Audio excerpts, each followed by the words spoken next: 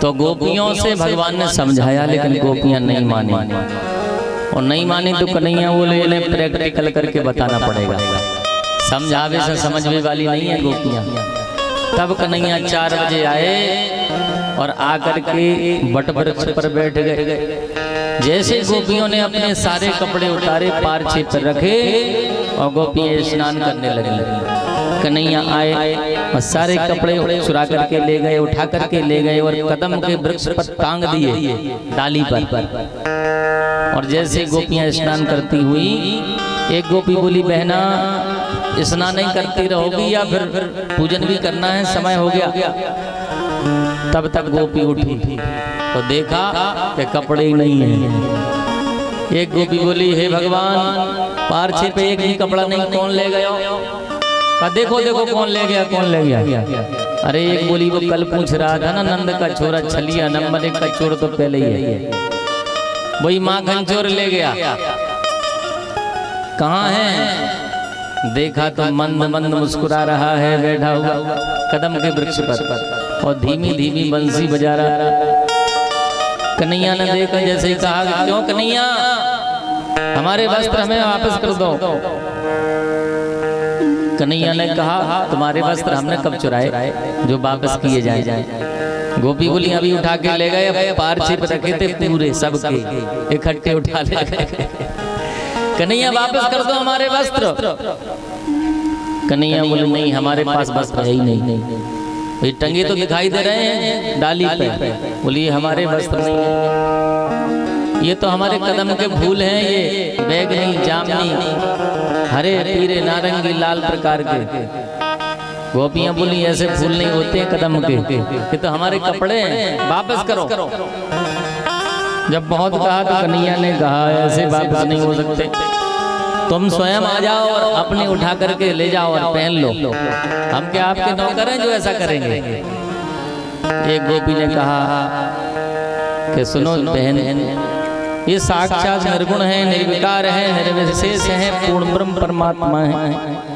इनके सामने 1000 कपड़े पहनने के बाद भी हम निर्वस्त्र के निर्वस्त्र, इसलिए हमें कोई पर्दा नहीं करनी चाहिए। आत्मा परमात्मा के बीच में कैसी पर्दा? तब गोपी गई और अपने अपने कपड़े उतार करके ले गई और पहन के चली गई। तब आदरणीय परीक्षित ने पूछा कि हे प्रभु, ये कैसी लीला है? साक्षात नारायण परमात्मा श्री कृष्ण ही जब ऐसी लीला करेंगे तो संसार के लोगों पर इसका क्या असर पड़ेगा? क्या सोचेंगे संसार के लोग? ये काम की लीला है, ये अमर्यादित लीला है।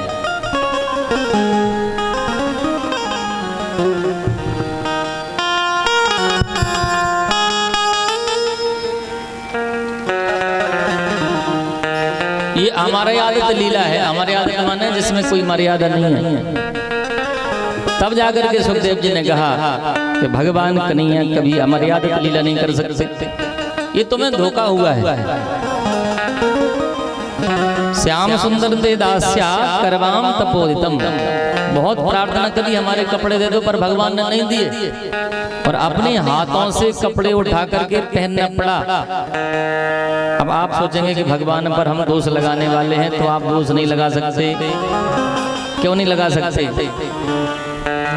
भगवान समर्थ हैं, जो भी करें भगवान समर्थ हैं, इसलिए दोष नहीं लगा सकते। समर्थ को नहीं दोष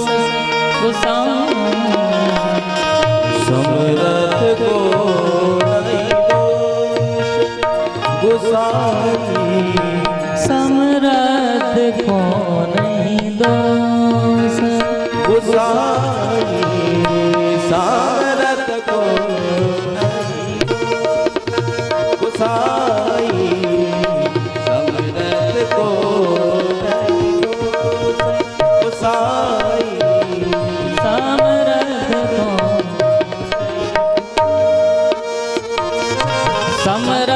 को नहीं दोष गुसाई, समर्थ को नहीं दोष गुसाई, समरथ को नहीं दोष गुसाई, समरथ को नहीं दोष गुसाई, समरथ को नहीं दोष गुसाई।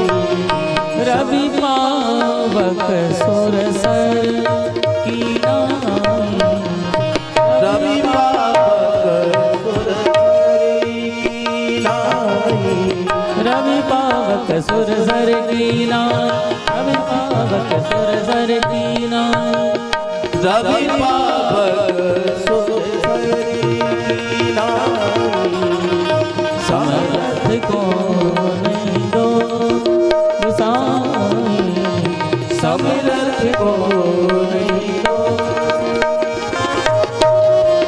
समरथ को नहीं दो गुसाई, समरथ को नहीं दो, नहीं दो, भगवान समर्थ हैं।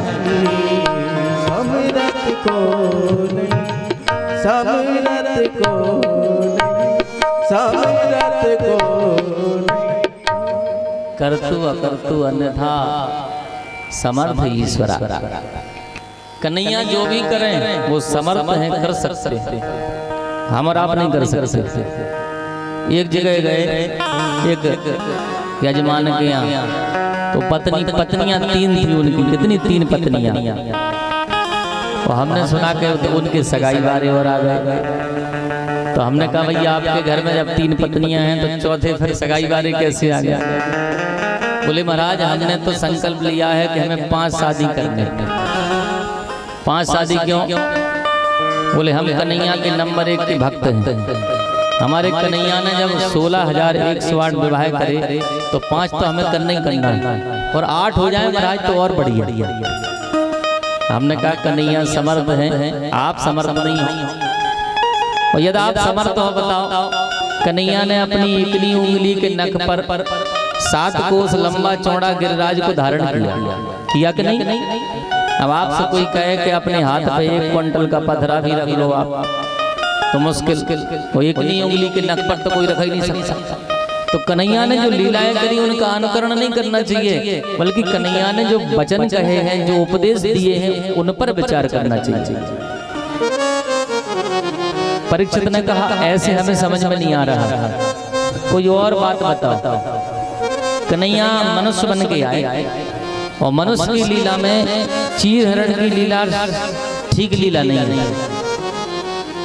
सुखदेव जी बोले राजन परीक्षित, यदि मनुष्य की दृष्टि से देखोगे आप तो भी परमात्मा श्री कृष्ण कन्हैया पर आप लांछन नहीं लगा सकते, कन्हैया को दोष नहीं दे सकते। क्यों नहीं दे सकते? क्योंकि जब कन्हैया ने चीर चुराया, भगवान ने चीर हरण की लीला करी, तब कन्हैया की जो उम्र है, जो आयु है, वो केवल 5.5 वर्ष की थी। कितने वर्ष के थे कन्हैया? 5.5 वर्ष के। और 5.5 वर्ष का बालक कोई काम भावना को मन में भी स्मरण नहीं करता, इतना शुद्ध होता है इस उम्र का बालक। इसलिए यदि आप कन्हैया की लीला बता रहे हैं तो इसमें भी दोष नहीं लगा सकते। दूसरी बात, कन्हैया ने फिर ये लीला क्यों करी? कन्हैया की लीला करने का उद्देश्य एक ही है। कन्हैया कहते हैं, कन्हैया है परमात्मा और गोपियां हैं जीवात्मा, और कपड़े हैं वासना। जब तक वासना हमारे अंदर है तब तक कन्हैया की उपासना आ नहीं सकती। जब तक वासना हमारे अंदर है तब तक कन्हैया की उपासना सिद्ध नहीं हो सकती है। इसलिए भगवान ने जो वस्त्र हैं वो अविद्या रूपी वस्त्र चुराए हैं, वासना रूपी वस्त्र चुराए हैं, या ये मान लो कि माया रूपी वस्त्र चुराए हैं। क्योंकि आत्मा और परमात्मा के मिलन में जो बाधक है वो भगवान की माया ही है। बोलो मायापति भगवान की, मनमोहन की मोहनी, हरे अहम अभिमान, माया को हर, माया को भ्रमित करे सुमायापति भगवान। बोलो मायापति भगवान की जय। कन्हैया आए हैं ब्रजमंडल में। कन्हैया का एक ही उद्देश्य है। क्या उद्देश्य है? कि ब्रजवासियों के जीवन में संकट नहीं होना चाहिए, कष्ट नहीं होना चाहिए, बस भक्ति ही भक्ति होना चाहिए, क्योंकि ये वृंदावन में रहते हैं। वृंदावन का मतलब वृंदावन तुलसी और वन, तुलसी का जो वन वही वृंदावन। लेकिन हमारे भक्तों को भी वृंद कहते हैं। तुलसी को धारण करने वाले जो भक्त होते हैं उनको कहते हैं भक्त वृंद। और वृंद जहाँ भक्त वृंद जहाँ बहुत रहते हैं, समूह जहाँ पर भक्तों का समूह रहता है वह भी वृंदावन होता है।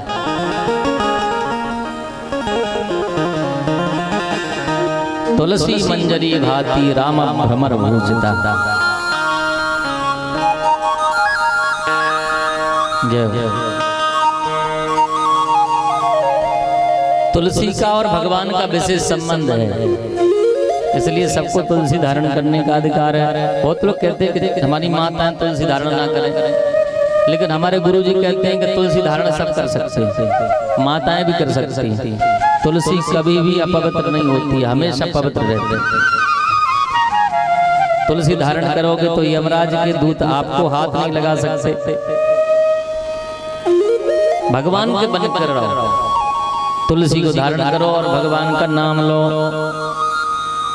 तस्मात् मच्चरणं गोष्ठं मन्नाथं पत्परिग्रहं गोपाय स्वात्मयोगेन सोयमे व्रत आहित। भगवान कहते हैं कि कोई भी हो मेरा भक्त हो, लेकिन और उसके जीवन में कष्ट आ जाए, किसी भी भक्त के जीवन में कष्ट आ जाए, वो जीवन में एक बार कह दे कि हे प्रभु मैं तुम्हारा हूँ, अब मैं संसार का नहीं हूँ, मैंने संसार को देख लिया। जिस पर विश्वास किया उसने धोखा दिया, जिसको भी मित्र बनाया उसी ने जाके पीछे से घात किया। न परिवार का भाई हमारा भाई बना, न कोई साथी बना, न संग साथी बना, न मित्र बना। तो सारा संसार जब धोखा ही दे रहा है तो आप पर भरोसा है। एक बार कह दे मन्नाथम परिग्रह।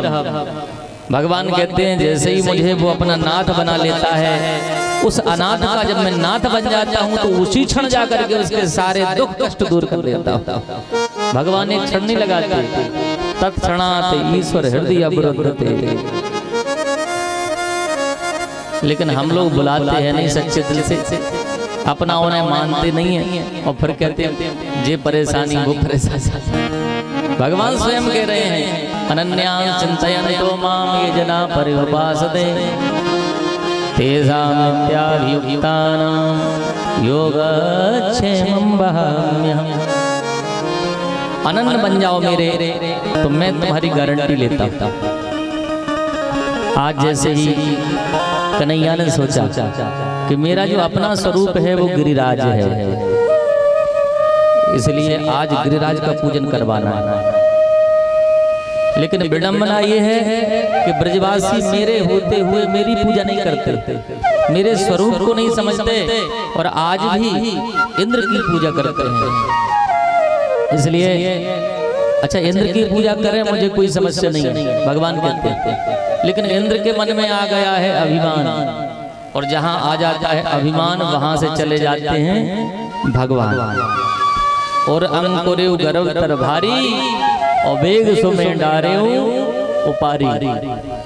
आज भगवान ने विचार किया है कि हमें गोवर्धन का पूजन कराना चाहिए। कन्हैया गए मैया के पास, मैया यशोदा सुंदर भोग बना रही, खुशबू आ रही, पकवान पकौड़ी मंगोड़ी कचौड़ी। कन्हैया ने कहा मैया क्या बना रही हो? मैया ने कहा लाला इंद्र भगवान का आज दिन है ना, उनकी पूजा करनी है, इसलिए इंद्र भगवान के ताई सुंदर सुंदर पकवान बना रही हैं। कन्हैया ने कहा देखो मैया, इंद्र तो एक देवता है, एक पद का नाम है। जो कोई 108 यज्ञ आश्वमेध यज्ञ निर्विघ्न पूर्ण कर लेता है मानव शरीर से, मनुष्य शरीर से, वो एक बार इंद्र बन जाता है। इंद्र कोई देवता भी नहीं है, मैं आपको बताऊं। हम आप तपस्या करके यज्ञ करके जब स्वर्ग में पहुंचते हैं तो सारे देवता हमारी पूजा करते हैं, आरती करते हैं, और हमको इंद्र के सिंहासन पर बैठा देते हैं, राजा बना देते हैं स्वर्ग का। तो हम भी इंद्र बन जाते हैं, कई बार बने होंगे, आपको याद नहीं है। तो आज इंद्र एक पद का नाम है, जैसे प्रधानमंत्री पद होता है, मुख्यमंत्री पद होता है, विधायक पद होता है। कितने विधायक बदल गए बताओ, पर कोई भी बैठे उस गद्दी पर तो कहते हैं विधायक आ गए साहब, विधायक जी आ गया, नाम तो नहीं लेते, विधायक जी आ गया। तो ऐसे ही इंद्र की पूजन नहीं होना चाहिए। नंद बाबा ने कहा कन्हैया ये इंद्र कौन है? पर्जन्यो भगवान इंद्रो मेधा तस्यात् मूर्तया ते वर्षन्ति भूतानां प्रीणन जीवनम पया। पर्जन्यो भगवान इंद्रो। नंदराज जी बोले कन्हैया इंद्र हमारे भगवान हैं। अच्छा कैसे भगवान हैं? बोले मेधा तस्यात् मूर्तया, उनकी कृपा से बादल बरसते हैं। जब हम यज्ञ करते हैं, धर्म करते हैं, पूजन करते हैं, तभी तो जाकर वर्षा होती है, और वर्षा होती है तो बढ़िया खेती होती है, अन्न उपजता है, घास उपजती है, गैया बढ़िया अच्छे से गैयाओं का चारण होता है घास से, और खूब दूध दही भंडार भर जाते हैं हमारे। इसीलिए हम उनको कोई पूजन करते हैं। कन्हैया बोले बाबा एक बात कहें। सारे सखा आ गए कन्हैया के, ब्रजवासी आसपास खड़े हैं। कन्हैया को उठाया और गोदी में लिटा लिया। अरे कन्हैया तू ना जाने इंद्र की पूजा बंद करवाने से मुसीबत आ सकती है। कैसी मुसीबत? इंद्र ठहरे राजा, और राजा का जो आदेश पता नहीं कब पानी इतना बरसा दे कि प्रलय आ जाए और सूखा पड़ जाए। तो हमें विडंबना में ना डालो कन्हैया, इसलिए हम पूजन करेंगे गिरिराज का, इंद्र का। तब कन्हैया ने समझाया सभी ब्रजवासियों को, और जो बात ब्रजवासियों को समझाई वो आप गौर करें क्या समझाया। कन्हैया बोले बाबा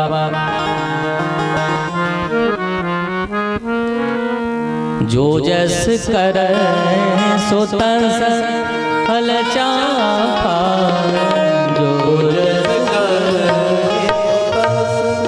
फल चाखा, जो जस कर सो तस फल चाखा, जो जस कर फल चाखा, जो जस कर सो तस फल चाखा, जो जस करहि सो तस फल चाखा। परम प्रधान विश्व करि राखा, परम प्रधान विश्व कर राखा, जो जस करहि सो तस फल चाखा। परम प्रधान विश्व कर राखा, जो जस करहि फल चाखा, जो जस जो जैसा करता है उसको उसका फल मिलता है। हम और आप क्या सोचते हैं कि हम दुखी ना हो जाए? सोचते कि नहीं सोचते? हे भगवान हम मर ना जाए। बहुत लोग सोचते हैं हे भगवान ऐसा ना हो जाए, वैसा ना हो जाए। भगवान कहते हैं कर्मणा जायते जंतो कर्मणे विलीयते,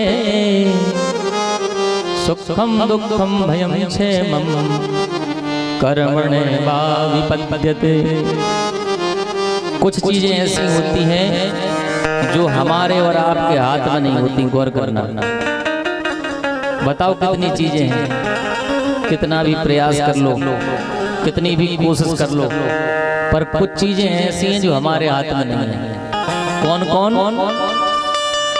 बोले जन्म मरण दुख सुख सब भोगा, जन्म मरण दुख सुख सब भोगा, हानि लाभ प्रिय मिलन वियोगा,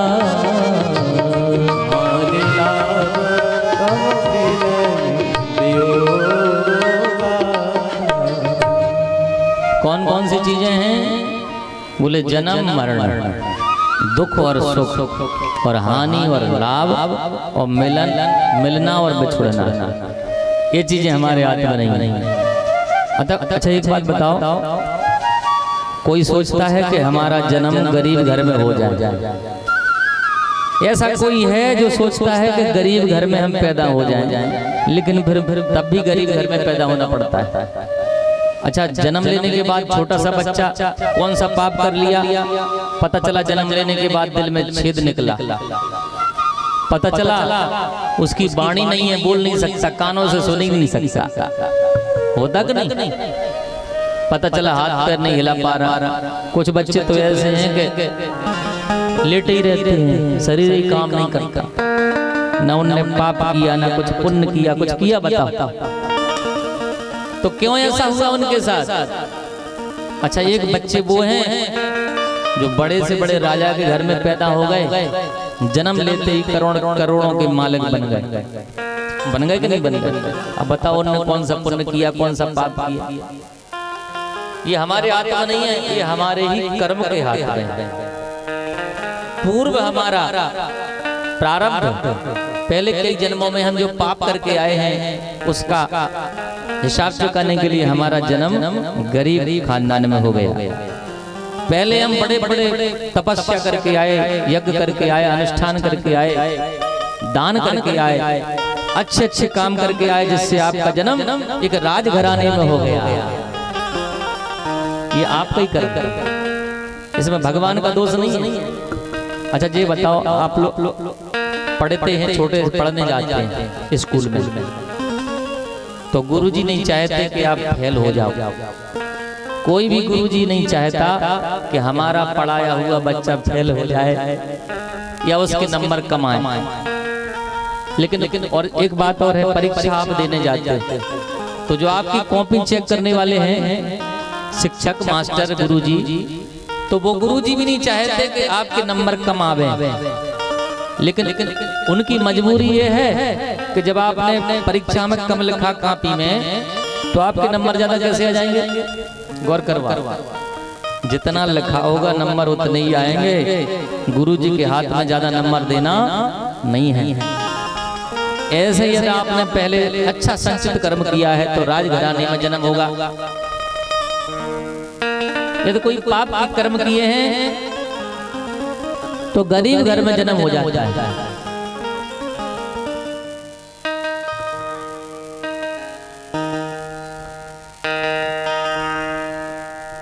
बोलिए वृंदावन बिहारी लाल की जय। एक है मरण, जैसे जन्म लेना हमारे हाथ में नहीं है, वैसे मरना भी हमारे हाथ में नहीं है। बताओ कोई है जो सोचता है कि हम मर जाएं?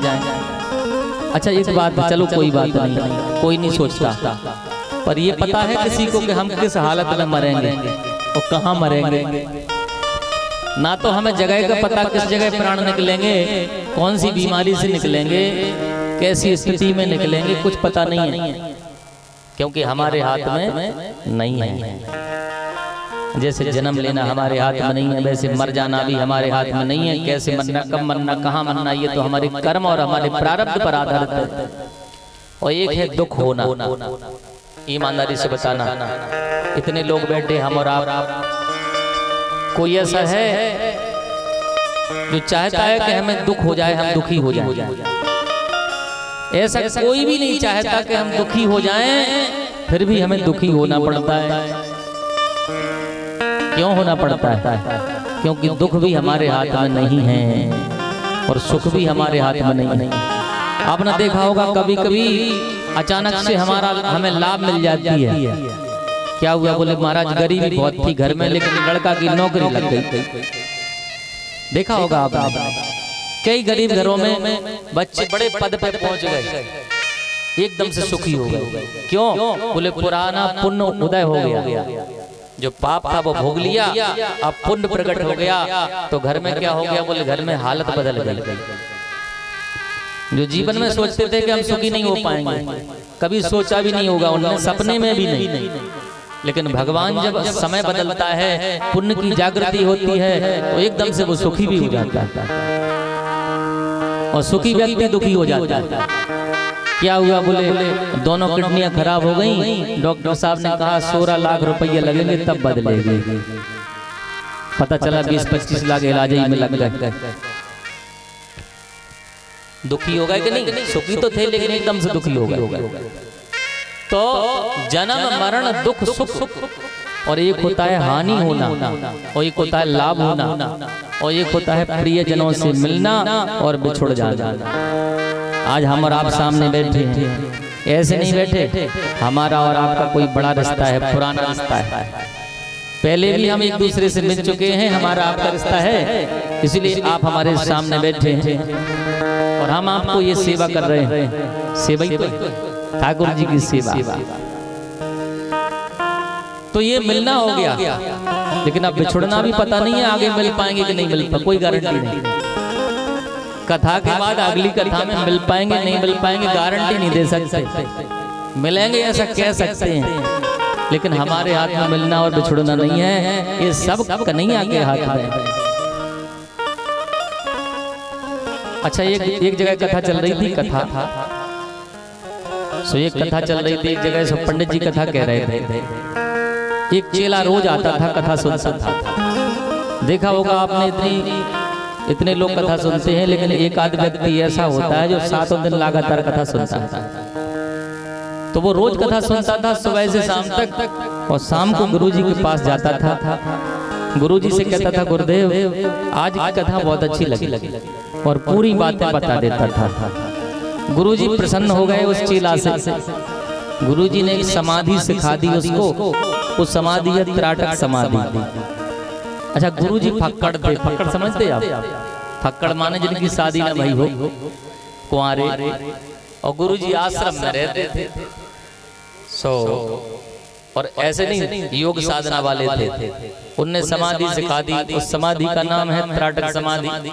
और त्राटक का मतलब होता है कि अपने प्राणों को ब्रह्मरंध्र में चढ़ा लेना, ब्रह्मांड में ऊपर, और श्वास भी बंद हो जाती है, आंखें खुली रह जाती हैं, ऐसा लगता है जैसे मरा हुआ व्यक्ति पड़ा, मृतक के समय। साधना है वो, तो प्राण ब्रह्मरंध्र में पहुंच जाते हैं, ब्रह्मांड में। अब प्रसन्न हो गया चेला, बोला गुरुदेव कथा के बाद में जब आपकी विदाई होगी तो मैं आपके साथ में रहूंगा। साथ में क्यों रहोगे? बोले 2-4 समाधियां और सीख लेंगे आपसे, तो बहुत चीजें सीखने को मिलती। महाराज प्रसन्न हो गए। महाराज ने कहा चलो ठीक है, कथा के बाद में चलना साथ में। अब जैसे कथा पूरी भई, वो भंडारा हुआ, सो ये सारा किया गुरुजी ने। चेला चलो साथ में, विदाई का समय हो गया। चेला ने कहा महाराज, बोले वो बदल गया कार्यक्रम। क्यों बदल गया? क्यों बदल गया? इसलिए बदल गया कि हमने घर पे चर्चा करी थी कि हम महाराज के संगे जा रहे, सो हमारी जो श्रीमती जी है वे बहुत रो रही, महाराज भी नहीं जान दे रही, वे कह रही आप चले जाओगे तो मेरा क्या होगा, और मेरे छोटे छोटे बच्चे हैं, इनको छोड़ के तुम कैसे जा सकते हो? 2 बेटे भी हैं, मेरे 2 बेटे हैं, इसलिए मैं छोड़ के नहीं जा सकता। पत्नी रो रही है और माता जी कहती हैं बेटा तुम चले जाओगे तो तुम्हारे बिना मैं कैसे रहूंगी, तुम मेरे इकलौते बेटा हो।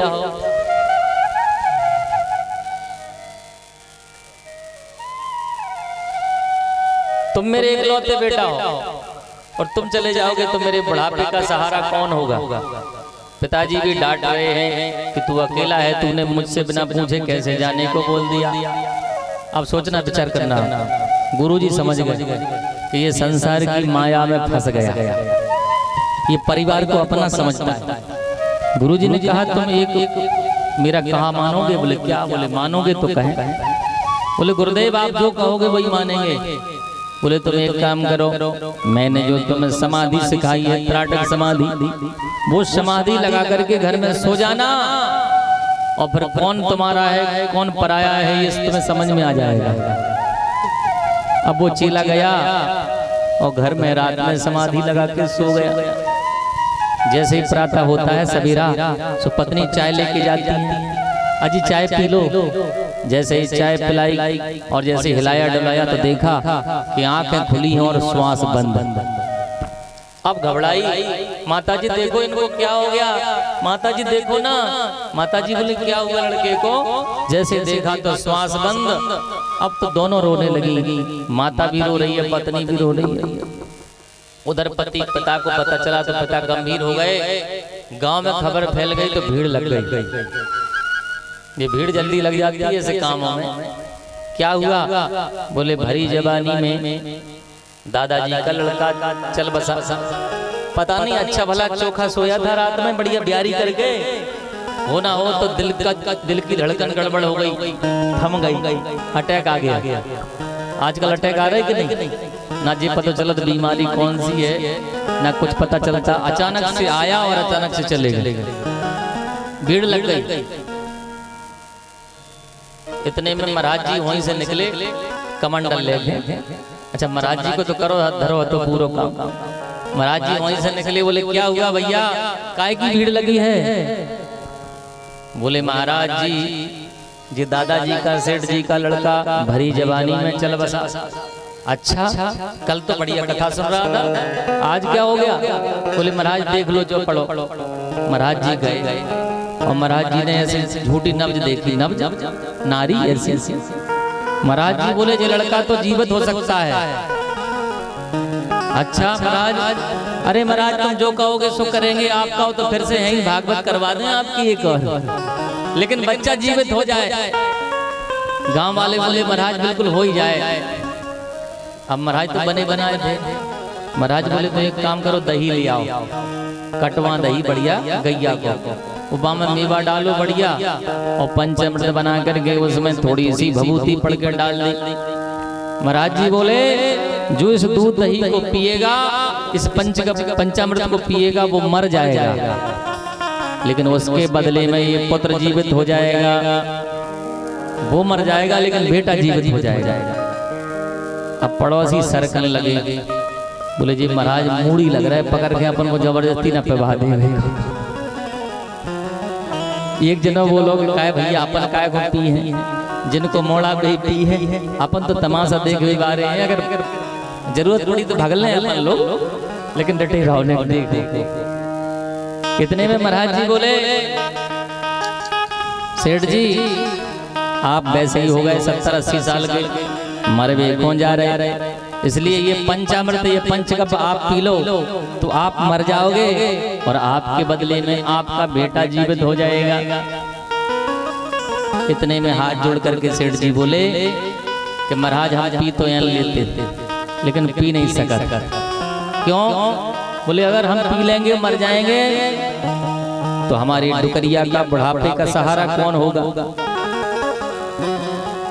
क्योंकि हम मरेंगे तो डुकरिया जल्दी मरेंगे, क्योंकि हम डुकरिया का ऐसा नियम है कि हमें बहू की जरूरत नहीं है, डुकरिया हमारी भोजन बना देती है, हम आराम से पा लेते हैं, दोनों बातें करते रहते हैं।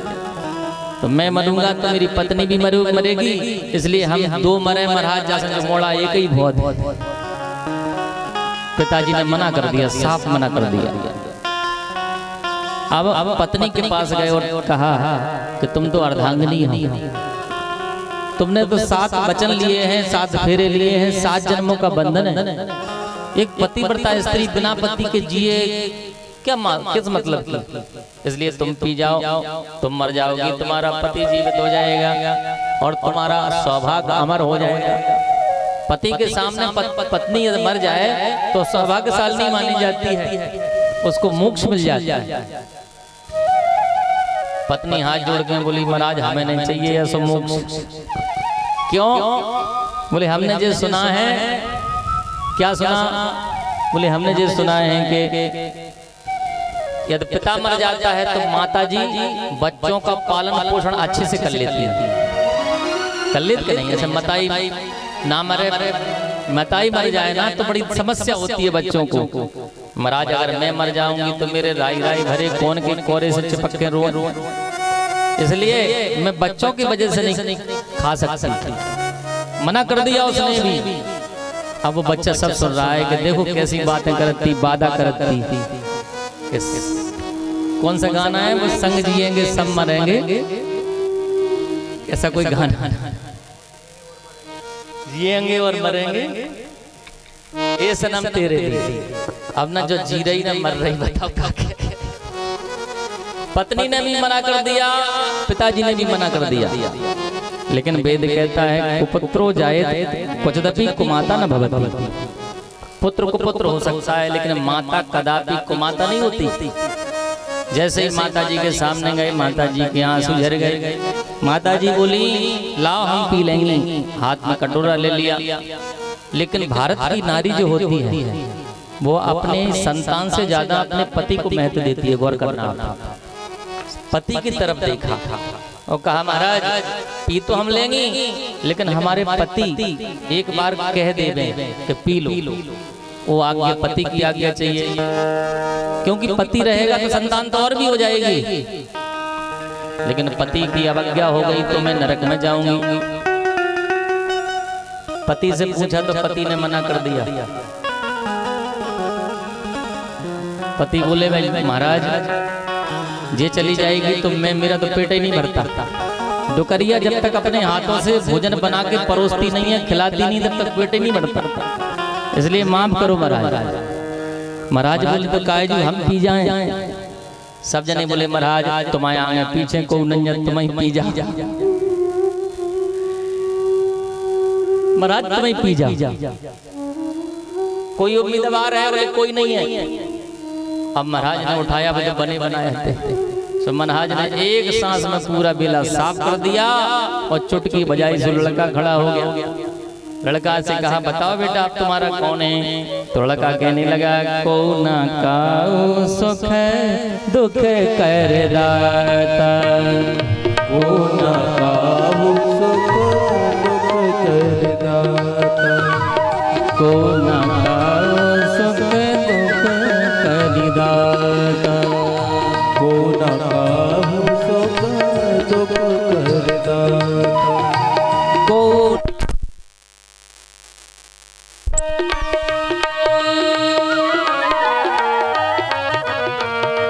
दुख करी दाता,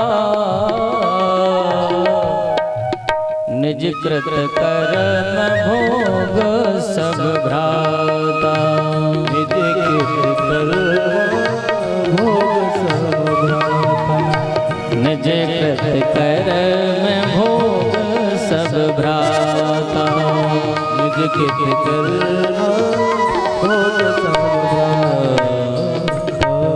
को न काऊ सुख दुख कर दाता। वास्तव में संसार में ना कोई सुख देता है ना दुख देता है, निज कृत कर्म भोग सब भ्राता। जो भी सुख भोगते हैं, दुख भोगते हैं, हानि लाभ भोगते हैं, जो भी बीमारी हमारे जीवन में आती है वो अपने कर्मों का ही फल है, प्रायश्चित है। प्रायश्चित से ही पाप कट जाता है। बोलिए वृंदावन बिहारी लाल की जय। कन्हैया ये समझा रहे हैं। इधर आपको विचार करना पड़ेगा कि ये जो गिरिराज भगवान है ना, ये कहां से आए और कब आए? त्रेता युग से हैं, आज से नहीं है गिरिराज भगवान। गोवर्धन जो वृंदावन में है वो त्रेता युग में आया था। कब? बोले राम जी जब लंका पर चढ़ाई कर रहे थे ना, समुद्र में सेतु बांध रहे थे, उस समय हनुमान जी और बड़े बड़े बानर भालू बड़े बड़े ऊंचे पहाड़ लेकर के जब आ रहे थे तो राम जी ने आदेश कर दिया पूर्ण भयो सत योजन जवहीं, पूर्ण भयो सत योजन आज्ञा दी रघुनंदन तवहीं, आज्ञा दी रघुनंदन तवहीं। ओ अब कोई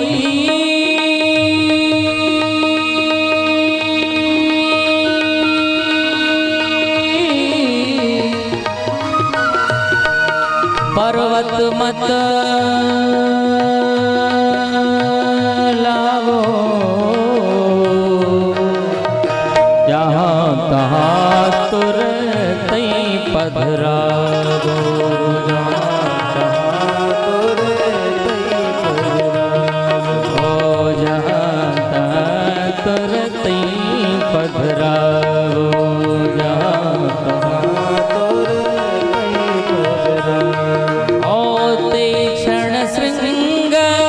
हिमालय भारी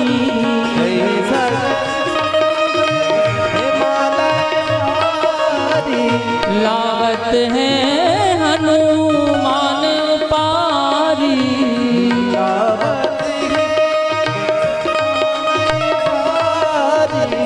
लावत है हनुमान पारी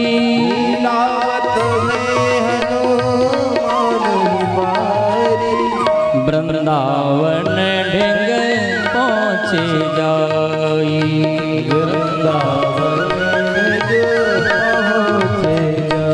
होता प्रभु की आज्ञा सुन पाई प्रभु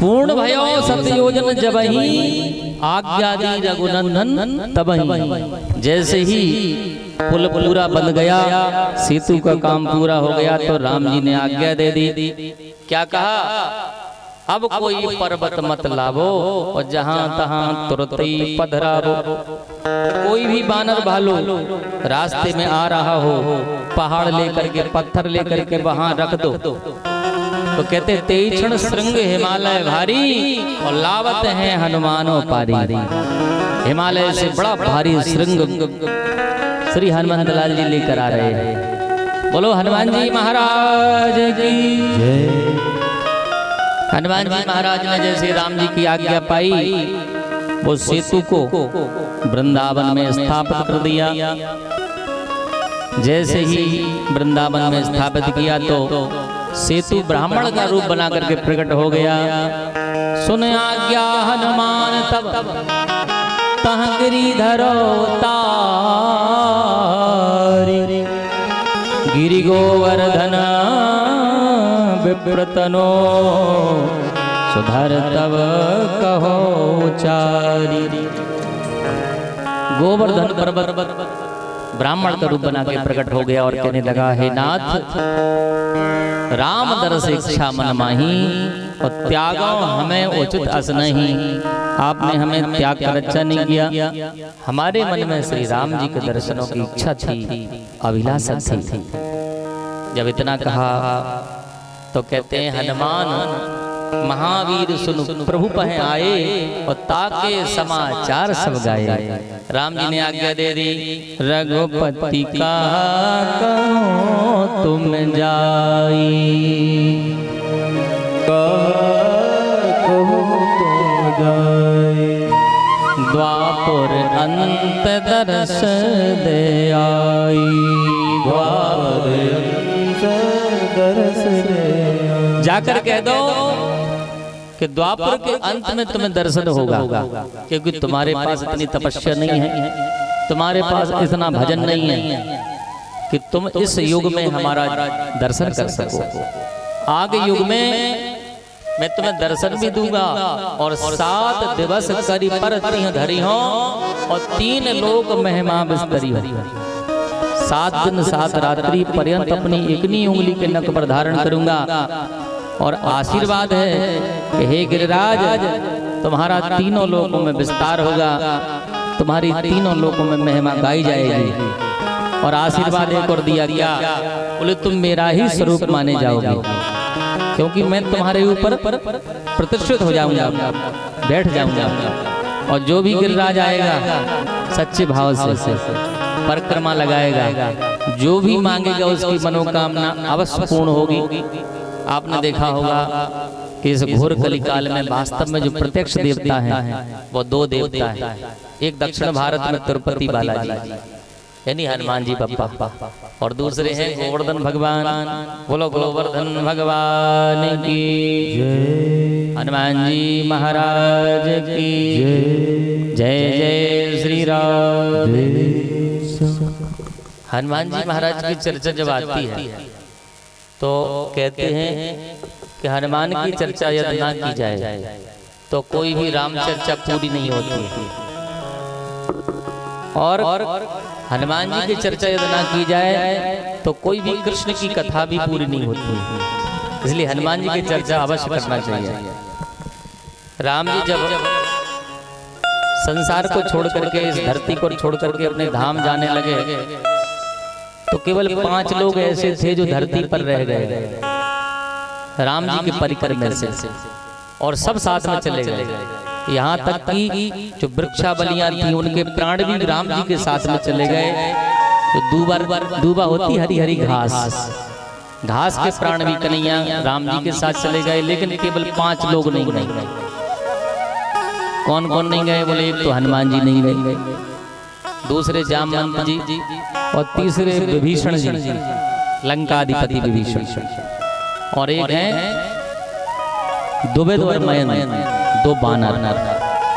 ये 5 लोग क्यों नहीं गए? कारण क्या है? बोले द्रुपद और मयन ऐसे बानर हैं कि राम जी के शिविर में, राम जी के शिविर को छोड़ करके रावण के शिविर में पहुंच जाते थे। बीच बीच में वहां जाकर के बढ़िया घूमते थे, मौज मस्ती करते थे। इसलिए राम जी ने पहले ही सोच लिया था कि इनको मौज मस्ती करने का ज्यादा शौक है, इसलिए इनको धरती पर छोड़ो। दूसरा, एक हमारे जामवंत जी महाराज, जिनके मन में था कि राम जी मेरे समान, मेरे बराबर कोई युद्ध करने वाला नहीं मिला, रावण के दल में तो कोई था ही नहीं, इसलिए ऐसा कोई मिल जाए जिससे 2-2 हाथ हो जाए। राम जी ने कहा तुम धरती पर रहो, आगे द्वापर युग में मैं पुष्टि पुरुषोत्तम श्री कृष्ण बनूंगा और तुमसे लड़ाई करूंगा, युद्ध करूंगा, तब तुम्हारा मनोरथ पूर्ण कर दूंगा। ऐसे ही एक हमारे विभीषण जी महाराज, जो राम जी से प्रेम बहुत करते हैं, लेकिन मन में कामना है कि मैं राजा बनूं, राज भोग को भोगूं। इसलिए भगवान ने कहा विभीषण तुम भी जाओ लंका के राजा बनो और राज्य को खूब भोगो। जब तुम्हारे मन में राज और भोग विलास से मन उब जाए, तब मेरे पास चले आना। भाई कलिमल हरण विषय रस फीकी, आरती श्री रामायण जी की। भगवान तो विषय रस से फीके, जब जो संसार का विषय भोग आपको फीका लगने लगे और राम रस में तृप्ति होने लगे, तब आपको राम जी मिलेंगे। आपने देखा होगा पूरी रामचरितमानस में कहीं भी गारंटी नहीं लिखी, केवल एक जगह गारंटी लिखी, एक दोहे में, भरत चरित करने तुलसी जे सादर सुनहि, भरत चरित करने तुलसी जे सादर सुनहि, और सीय राम पद प्रेम अवश्य होय भवरत बिरती। भरत जी के चरित्र में वो गारंटी है। यदि आपने विशेषता ये है कि आपने हृदय से सुन लिया एक बार चरित्र, तो राम तो अवश्य होय भवरत बिरती, भवरत से विरक्ति और राम रस में तृप्ति हो जाती है। अब आप पूछो भरत जी के चरित्र में ऐसा क्या है, तो 1 मिनट में समझाएंगे, क्योंकि गोवर्धन का पूजन कराना है। भरत जी का चरित्र तो 7 दिन बीत जाएंगे, 7 दिन में चरित्र सुन ही नहीं सकते, पूरा हो ही नहीं सकता। इतना बड़ा चरित्र है, इतनी बड़ी महिमा है भरत जी महाराज। कहते हैं राम जी ने 13,000 वर्षों तक राज्य किया अयोध्या पर, 13,000 वर्षों। लेकिन राम जी के राज्य में काल ने प्रवेश किया। भले ही भगवान की आज्ञा से किया, लेकिन आया तो काल। लेकिन जब 14 वर्ष तक भरत जी राजा रहे, मतलब कारवाहक राजा, भगवान की पादुका को राजा बना करके कारवाहक राजा के रूप में रहे। लेकिन 14 वर्ष तक भरत जी महाराज के राज्य में काल ने प्रवेश नहीं किया। 14 साल तक कोई मरा नहीं अयोध्या में, और कोई जन्मा भी नहीं। अच्छा, कोई जन्मे नहीं, ये तो अपने हाथ में बात है कि नहीं? भाई अपन संयम के द्वारा संयम बना सकते हैं, और जन्म ना हो किसी का, ये तो हमारे हाथ में है। पर कोई मरे नहीं, ऐसा तो हो ही नहीं सकता। पर भरत जी के राज्य में एक विशेषता है कि काल ने प्रवेश नहीं किया। एक बार जब राम जी राजा बने 14 वर्ष के बाद में आए और लिस्ट देखी, तो उसमें देखा कि एक जगह स्वर्गीय लिखा है। भरत जी महाराज से कहा लिखा है एक जगह स्वर्गीय, क्या नाम है? बोले वो है चक्रवर्ती चूड़ामणि महाराज दशरथ जी, स्वर्गीय हो चुके।